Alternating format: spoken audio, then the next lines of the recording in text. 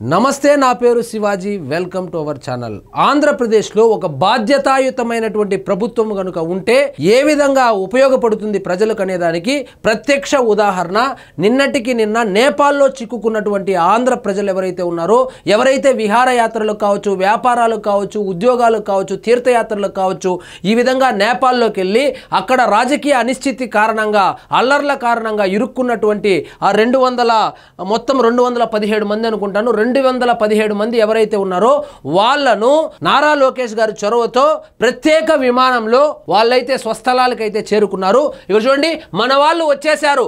నేపాల్ నుంచి సురక్షితంగా రాష్ట్రానికి రాష్ట్ర ప్రభుత్వం చొరవతో ప్రత్యేక విమానం బస్సుల్లో స్వస్థలాలకు 144 మందిని తీసుకొచ్చిన తొలి విమానం.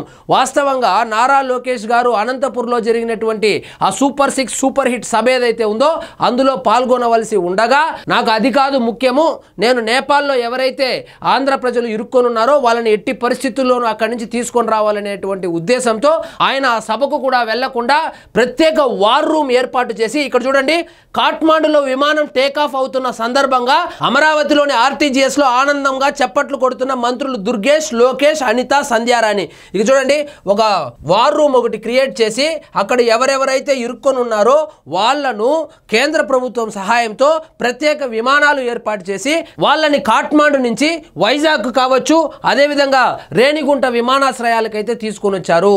సో ఇప్పుడు సోషల్ మీడియాలో వైఎస్ఆర్సీపీ వాళ్ళు చెప్తా ఉన్నారు, ఉక్రెయిన్లో ఎప్పుడో వార్ జరిగినప్పుడు జగన్మోహన్ రెడ్డి గారు 1000 మందిని తీసుకొని వచ్చారు, అప్పుడు కనీసం ప్రచారం కూడా చేసుకోలేదు.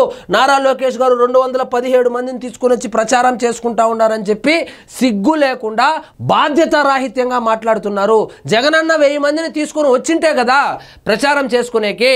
కానీ ఇక్కడ వీళ్ళు వార్ రూమ్ క్రియేట్ చేసి నలుగురు మంత్రులు, నారా లోకేష్ గారి నేతృత్వంలో నలుగురు మంత్రులు ఆ రోజు రాత్రంతా కూడా అక్కడే ఉండి కేంద్ర ప్రభుత్వంలోని అధికారులతో సంప్రదింపులు జరిపి అదేవిధంగా ప్రత్యేక విమానాన్ని పంపించి ఇక్కడికి తీసుకొస్తే, సో వీళ్ళదేం పోయింది, 5 రూపాయలు తీసుకుంటారు, ఈ నోటికి వచ్చిన పోస్ట్ పెడతారు. నేను ఇప్పుడు ఒక వీడియో చూస్తాను, చూడండి. ఆ తల్లి కళ్ళలోని ఆనందం ఒకసారి చూడండి.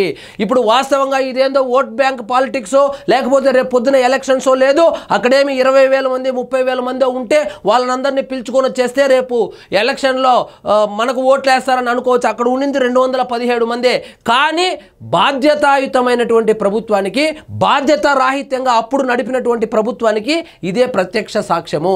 అదే వైఎస్ఆర్సీపీ ప్రభుత్వం అంటే 217 మందే కదా, ఆ 217లో ఈ కులం వాళ్ళు ఇంతమంది, ఈ పార్టీ వాళ్ళు ఇంతమంది, అయినా మనం పంపిస్తే కూడా వాళ్ళే మనకు ఓట్లు వేస్తారని చెప్పి లెక్కలేసుకొని వాళ్ళు కనీసం స్పందించే వాళ్ళు కూడా కాదు.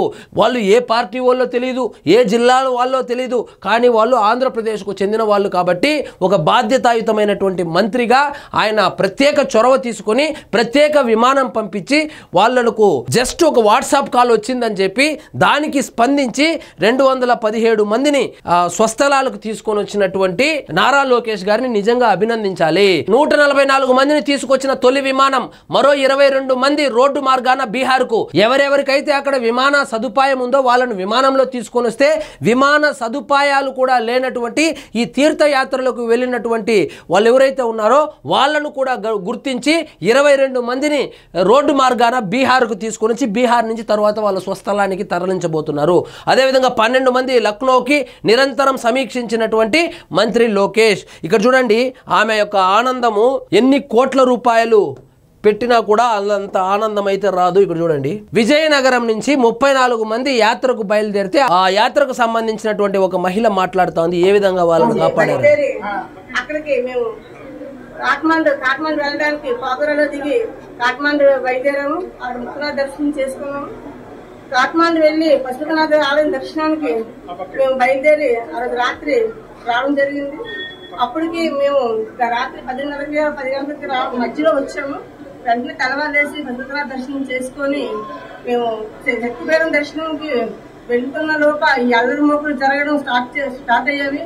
అక్కడ మరి ప్రధానమంత్రి సోషల్ మీడియా దీని మీద అక్కడ చాలా దారుణంగా అక్కడ కాల్చివేసి, అక్కడ ప్రభుత్వం చాలా దారుణంగా అక్కడ ప్రజలు తిరగబడి చాలా పోలీస్ స్టేషన్ కాల్చి అక్కడ అంతా మొత్తం ఆస్తులు ధ్వంసం చేసి పెద్ద పెద్ద మరి ఆ టైంలో మేము అక్కడ ఉండి మేము అక్కడి నుంచి పరిగెత్తుకొని మేము శక్తిపేటకి వెళ్లే లోపే మా మీద కూడా దాడులు రాళ్ళు కూడా ఎక్కడికక్కడ చెల్లా చెదులు అయిపోయి మేము హోటల్లోకి చేరుకున్నాం. మరి హోటల్ యజమాని మాకు రక్షణ ఇచ్చి ఆదుకున్నారు. మరి అక్కడికి కర్ఫ్యూ విధించి మరి అక్కడ 12-20 మందిని అక్కడ చంపివేసి రక్తంతో రోడ్డు తడిచిపోయింది. మరి గాజు పెంకులు అన్ని కూడా వేసి మరి బయటికి వెళ్ళడానికి కూడా మార్గం లేదు. మరి ఆ రోజంతా మరి మేము హోటల్లోనే బందీగా ఉండిపోయాము. మరుసటి దినం నాడు మరి లోకేష్ బాబుకి హెల్ప్ లైన్ ద్వారా ఒక వాట్సాప్ కాల్ చేస్తే అంతే, వాళ్ళు ఒక రోజంతా అక్కడ ఇరుక్కొని ఉంటే దాదాపు 12 మందిని హోటల్ ముందర చంపేస్తే బిక్కుమంటూ హోటల్లో ఉన్నటువంటి వాళ్ళు నారా లోకేష్ గారికి ఆ హెల్ప్ లైన్ నెంబర్ ఏదైతే ఇచ్చారో దానికి వాళ్ళు వాట్సాప్ కాల్ చేస్తే ఆయన తక్షణమే స్పందించి అనంతపూర్ పర్యటన కూడా ఆయన రద్దు చేసుకొని ఈ 32 మందే కాదు, ఆ మొత్తం 217 మంది ఎవరైతే ఉన్నారో వాళ్ళ డీటెయిల్స్ అన్ని తెప్పించుకొని వాళ్ళు ఎక్కడెక్కడ ఉన్నారు, విమాన ప్రయాణానికి అనుకూలంగా ఉన్న వాళ్ళు ఎంతమంది, అసలు విమాన ప్రయాణానికి కూడా అనుకూలంగా లేని వాళ్ళను రోడ్డు మార్గం ద్వారా తీసుకుని రావాలని నిర్ణయించుకొని వాళ్ళనైతే తీసుకొని వచ్చి స్వస్థలానికి చేర్చడం జరిగింది. కాబట్టి వైఎస్ఆర్సీపీ వాళ్ళు గుర్తుపెట్టుకోవాల్సింది, మీరు ఎలాగూ మంచి చేయరు, మంచి చేసే వాళ్ళను మీరు అభినందించాల్సిన అవసరం కూడా లేదు. కానీ కనీసం ఇట్లాంటి లేఖి విమర్శలు చేయకుండా ఉంటే ఇంకొకసారి కూడా ఇంకా ఉత్సాహంగా పనిచేస్తారు. అది కాదని చెప్పి మనమేదో అన్ని రాజకీయాల దృష్టిలోనే చూసి సో ఇప్పుడు ఈమె మాట్లాడుతున్నటువంటి మాటలు ఏంటంటే, నేను నిజంగా బతికి మళ్ళీ విజయనగరం వస్తానని నేను కల్లో కూడా అనుకోలేదు, నా భర్తను చూస్తానని కానీ నా పిల్లలను చూస్తానని కానీ నేను అనుకోలేదు. ఒకే ఒక వాట్సాప్ కాల్ చేసిన దానివల్ల ఆ హెల్ప్ లైన్కి నారా లోకేష్ గారు తక్షణమే స్పందించి ఆయన మమ్మల్ని స్వస్థలానికి తీసుకొని వచ్చారని చెబుతా ఉంటే ఆమె కళ్ళలో ఆమె మొదట్లో భయం ఉండింది, ఇప్పుడు చూడండి ఎంత ఆనందంగా చెబుతోందో. కాబట్టి వైఎస్ఆర్సీపీ వాళ్ళు గుర్తుపెట్టుకోవాల్సింది, రాజకీయాలు చేయడానికి ఇంకా 4 సంవత్సరాల టైం ఉంది. సో ఈలోపు కూటమి పార్టీలు కానీ కూటమి నాయకులు కానీ వాళ్ళు చేస్తున్నటువంటి మంచిని మీరు పొగడకపోయినా పర్లేదు, కానీ ఇలాంటి లేఖి పోస్టులు పెట్టి సోషల్ మీడియాలో నిజంగా తెలుగు వాళ్ళ పరువు తీయకండి. దేశంలో ఏ రాష్ట్రం కూడా పట్టించుకోలేదు, కానీ నారా లోకేష్ గారు ముందుకొచ్చి మొట్టమొదటిసారిగా ఆంధ్రప్రదేశ్ ప్రజలు ఎవరైతే ఉన్నారో 217 మంది వాళ్ళను స్వస్థలానికి చేర్చేటువంటి ఆయన ప్రయత్నం ఏదైతే ఉందో దీన్ని చూసి ఇప్పుడు ఒక్కొక్క రాష్ట్రంలో వాళ్ళు మొదలు పెట్టారు. మా రాష్ట్రం నుంచి ఇంతమంది ఉన్నారు, మా రాష్ట్రం నుంచి ఇంతమంది ఉన్నారు, మేము తీసుకొని వస్తామని మొదలు పెట్టారు. కానీ మొట్టమొదట మొదలుపెట్టింది మాత్రం నారా లోకేష్ గారు. అదేవిధంగా ఇక మిగిలినటువంటి కొంతమంది ఎవరైతే ఉన్నారో వాళ్ళను కూడా రేపు కానీ ఎల్లింటికి కానీ ఖచ్చితంగా తీసుకొని వస్తామని చెప్పారు. వాళ్లకు చెప్పిందల్లా నారా లోకేష్ గారు ఒకటే, ఫోన్ ఛార్జింగ్లో పెట్టుకోండి, మా వాళ్ళే మీకు ఫోన్ చేస్తారు, మీరు ఎక్కడున్నా మిమ్మల్ని తీసుకొచ్చి మీ స్వస్థలంలో చేర్చేటువంటి బాధ్యత మాది అని చెప్పి ఆయన హామీ ఇవ్వడం జరిగింది. సో ఇదండి ఈరోజు మన టాపిక్. మీకు ఈ వీడియో నచ్చినట్లయితే లైక్ చేయండి, షేర్ చేయండి, ఛానల్ మాత్రం సబ్స్క్రైబ్ చేసుకోవడం మర్చిపోవద్దు.